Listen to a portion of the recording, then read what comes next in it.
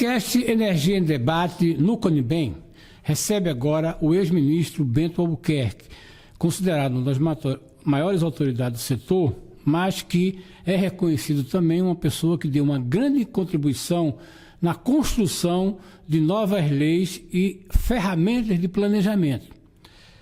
Ministro, eu queria fazer uma pergunta que é muito comum hoje no setor, a partir de um cenário que está existente aí, que é: temos uma produção de mais de 200 gigawatts de energia, um consumo de menos de 90, alguma coisa parecida com 2,6 de capacidade de geração para um consumo. Como chegamos a isso? Foi falta de planejamento ou apenas foi não cuidar do mercado? Qual é a sua visão sobre esse cenário e o que pode acontecer a partir desses números tão preocupantes? Bom, primeiro queria agradecer o convite, Fernando, para estar aqui com vocês. E indo direto à sua pergunta, eu diria que, primeiro, eu não vejo isso como um problema. Eu vejo isso que o país alcançou uma capacidade instalada de hoje quase 220 gigawatts, que é muito bom, uma capacidade instalada com uma matriz extremamente diversificada e principalmente com energia renovável. Então isso é muito positivo. E por outro lado, nós temos uma carga, ou seja, um consumo na ponta de em torno de 90 gigawatts, dependendo da época do ano e das condições. E as pessoas perguntam, e esse excedente, por que nós temos tudo isso? Nós temos tudo isso para dar segurança energética ao país, porque cada fonte ela tem os seus atributos. Algumas são intermitentes, outras são firmes, e nós temos que ter uma matriz que permita isso. Agora, nós tivemos uma expansão fruto do planejamento, que temos que entender também que o planejamento ele tem que ser feito com antecedência, porque a capacidade instalada ela não surge da noite por dia. Eu costumo dizer que no setor de energia, curto prazo são 10 anos. E normalmente, né, os projetos eles são de 30, 40, 50 anos. Né? E é assim que acontece com todas as fontes. Fonte hidráulica, fonte solar, a fonte eólica e outras, né? Também térmicas, por exemplo. Bom, então nós chegamos a um ponto que a nossa matriz, a capacidade dela, ela cresceu bastante. E, por outro lado, nós temos dificuldade, primeiro, de aumentar o consumo. Esse é um ponto também importante. O consumo per capita do brasileiro é uma das menores do G20. Dos 20 países mais desenvolvidos, a nossa é a 19ª. E o último é a Índia, que tem, né, quase 2 bilhões de habitantes. Ela vai em breve nos superar. E isso é um ponto que nós temos que trabalhar. Ou seja, se nós temos excedente de energia, é positivo porque nós podemos aumentar em muito o consumo per capita. E como eu costumo dizer que nós estamos na era da eletrificação, o consumo de eletricidade também tende a aumentar. Então nós temos que melhorar o nosso sistema de distribuição, nós temos que adequar a nossa regulação a essa nova realidade. É um problema? É um problema. Mas nós temos todos os elementos para ter uma ótima solução para o consumidor brasileiro. Mas a questão do preço, todo esse quadro que o senhor nos apresenta é muito positivo. A tendência global nos fóruns, como o CONIBEM, é de uma eletrificação da economia. Isso é tratado como, não é mais uma questão de sustentabilidade, é uma questão de eletrificação. O problema é que no Brasil, a estrutura de preços, será que ela impede um maior consumo? Qual é a sua opinião sobre isso? Como é que a gente pode fazer? Porque, no fundo, o consumidor residencial, o consumidor industrial, ou no comercial, diz, olha, eu pago muito caro a energia para produzir. Como é que o senhor analisa isso? Que caminhos o senhor apontaria, na sua experiência? Realmente, o preço ao consumidor final, principalmente o consumidor, aquele de casa, nós, residenciais, a energia é cara. E para a indústria também ainda é cara. Mas nós temos um mercado que ele está, vamos dizer assim, se abrindo, né? Talvez as pessoas não conheçam muito, se fala do mercado livre. O mercado livre dá ao consumidor o direito de escolher qual a fonte que vai abastecê-lo e a que preço essa fonte. Isso gera competitividade. Agora, voltando aqui à questão da energia, da pergunta anterior, nós temos excedente de energia. Como é que a gente tem que falar? Por que a energia é tão cara?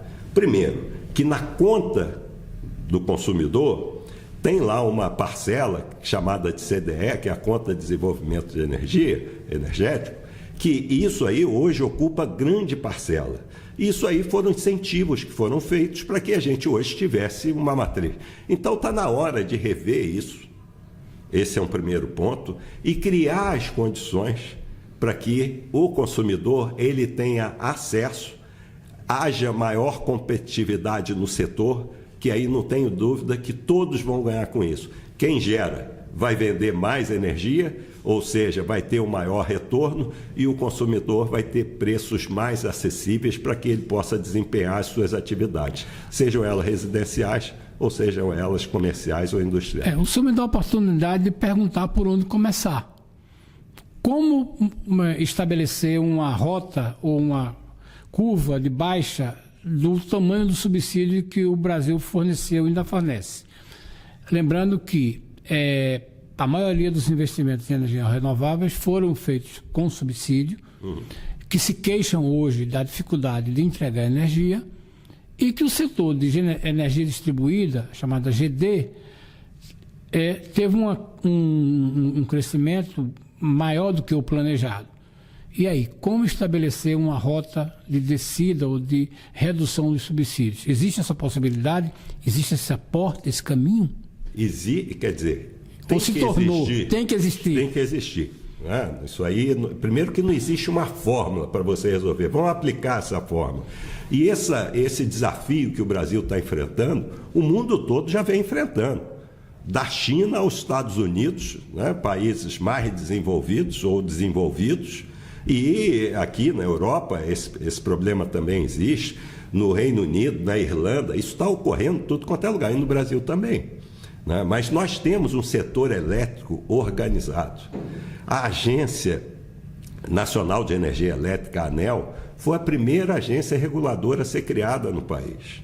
Então está no momento de o setor sentar, junto com o Congresso Nacional, que alguns marcos legais e regulatórios têm que ser atualizados, aperfeiçoados, para que a gente possa efetivamente levar essa energia e resolver essas questões da mini geração distribuída, que muito se fala agora, das energias intermitentes, que é a solar e a eólica, para que sentados possamos encontrar os caminhos mais rápidos para que o sistema volte ao seu ponto de equilíbrio, que todos vão ganhar com isso.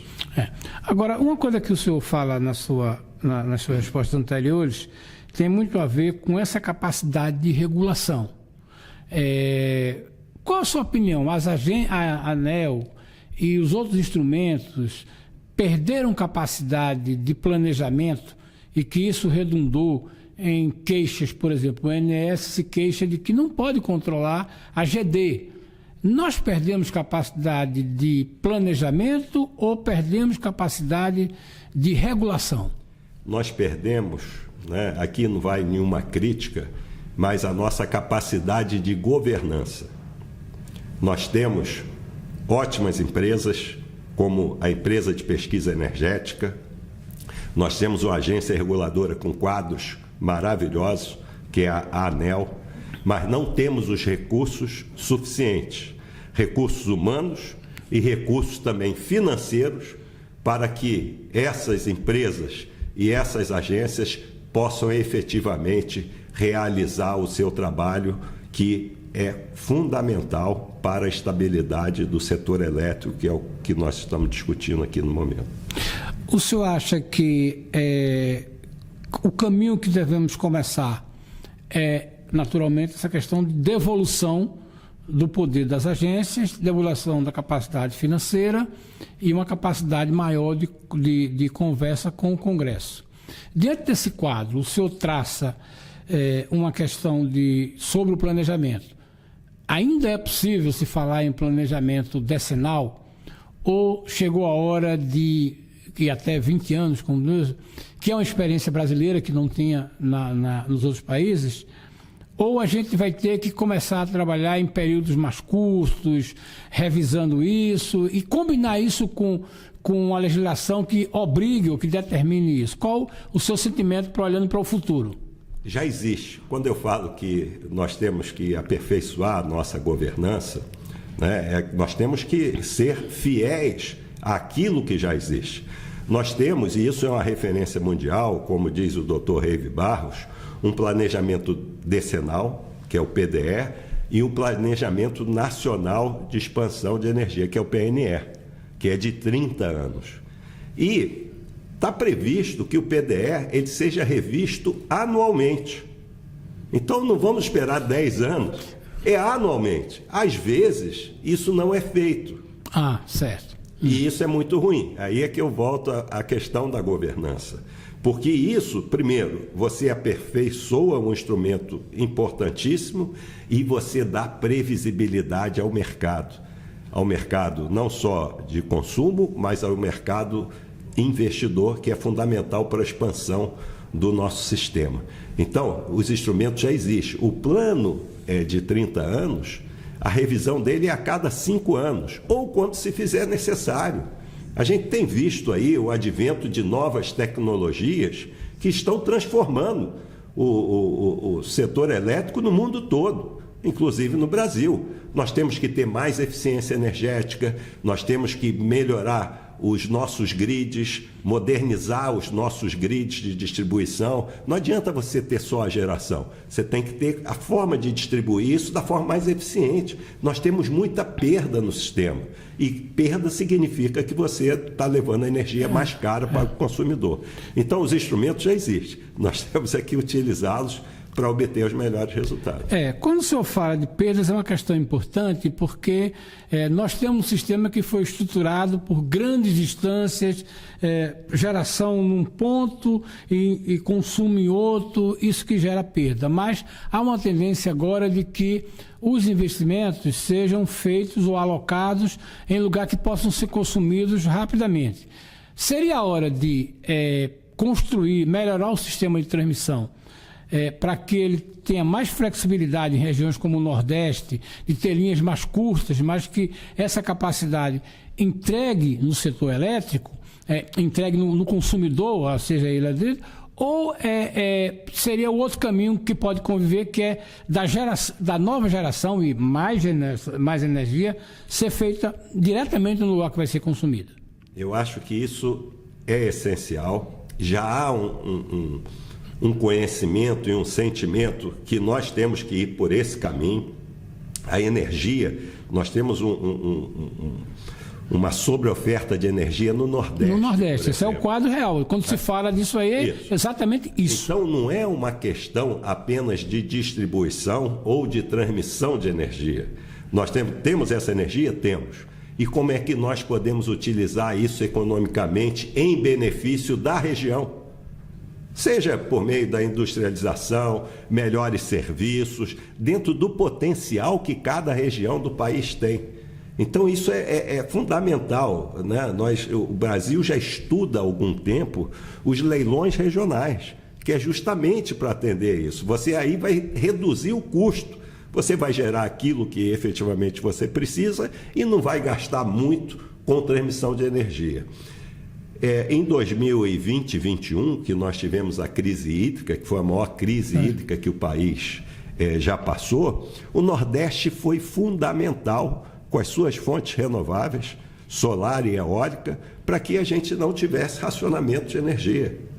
Repetiu o fenômeno lá atrás, né, de sustentar a produção. Isso. Então, isso foi importante e isso aí foi um grande ensinamento para que nós possamos utilizar esses recursos de forma mais eficiente, de forma mais eficaz. Se fala muito no consumo de data center. Pelo que o senhor está dizendo aí, não é apenas isso. É pensar em soluções de consumo dentro da região, que um discurso para a região Nordeste é muito bom.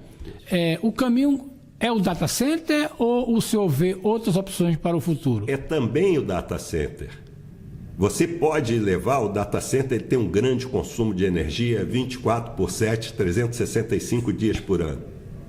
Mas as indústrias hoje em dia, elas estão se descarbonizando a sua produção por meio da eletrificação.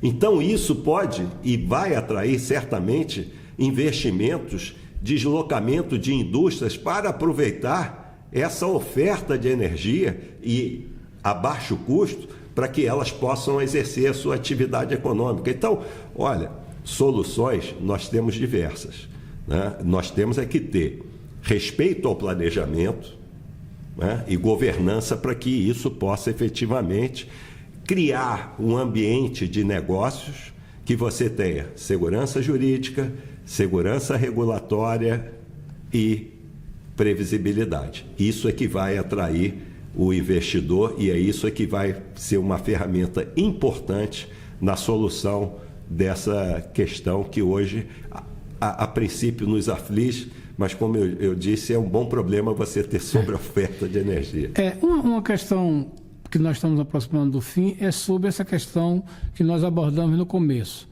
A economia mundial e a economia brasileira precisa correr para se eletrificar. Esse é o nosso caminho até para justificar essa questão do maior consumo. E, na sua opinião, como a economia brasileira pode se eletrificar? Porque tem muito debate sobre isso, mas ações. Aí seria que caminho? Seria o gás? Seria só fontes renováveis? Primeiro, o senhor concorda que o caminho da economia brasileira terá que ser também se eletrificar? E por quais caminhos devemos prosseguir? Eu não tenho dúvida que o caminho da economia brasileira será a eletrificação, até para que ela continue competitiva em termos mundiais e preste melhores serviços à sociedade brasileira. Agora, não existe caminho único e o Brasil tem uma excelente condição porque ele já tem uma matriz diversificada com diversas fontes. Isso leva à segurança energética do país, de uma maneira geral, independência energética, mas, sobretudo, tem a abundância de recursos energéticos.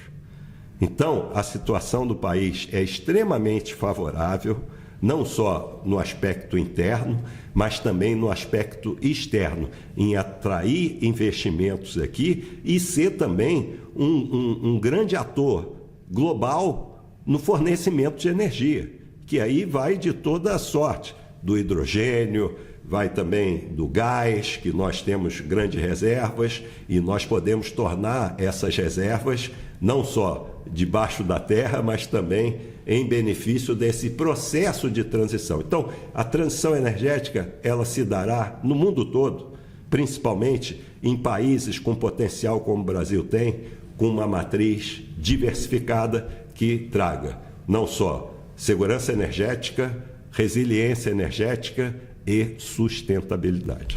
Uma última pergunta. O senhor ajudou a construir a lei do gás. Esse está no seu currículo, com uma contribuição importante para o país. Qual seria o caminho agora para a gente transformar essa lei num instrumento legal para que ele possa se inserir, de fato, como um instrumento competitivo na economia brasileira? O instrumento legal já existe. Ponto. O que falta agora é a regulamentação, que ela tem andado bem mais lenta daquilo que nós esperávamos. Mas nós temos diversas iniciativas no Congresso Nacional e nas próprias associações do setor de energia para que nós consigamos avançar com essa regulação.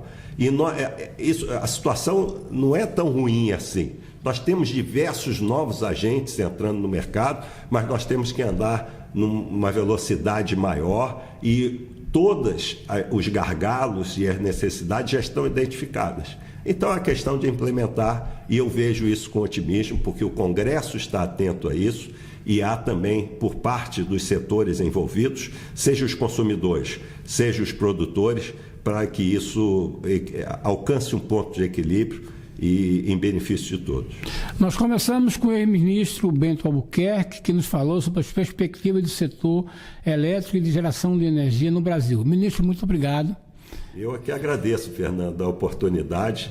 É um assunto que está na pauta da sociedade brasileira, está na pauta do nosso Congresso Nacional, e eu acredito, eu tenho otimismo de que o Brasil vai alcançar nos próximos anos o tão desejado abertura do seu mercado de energia de uma forma geral, e que as fontes vão ter um papel importantíssimo para o nosso desenvolvimento sustentável.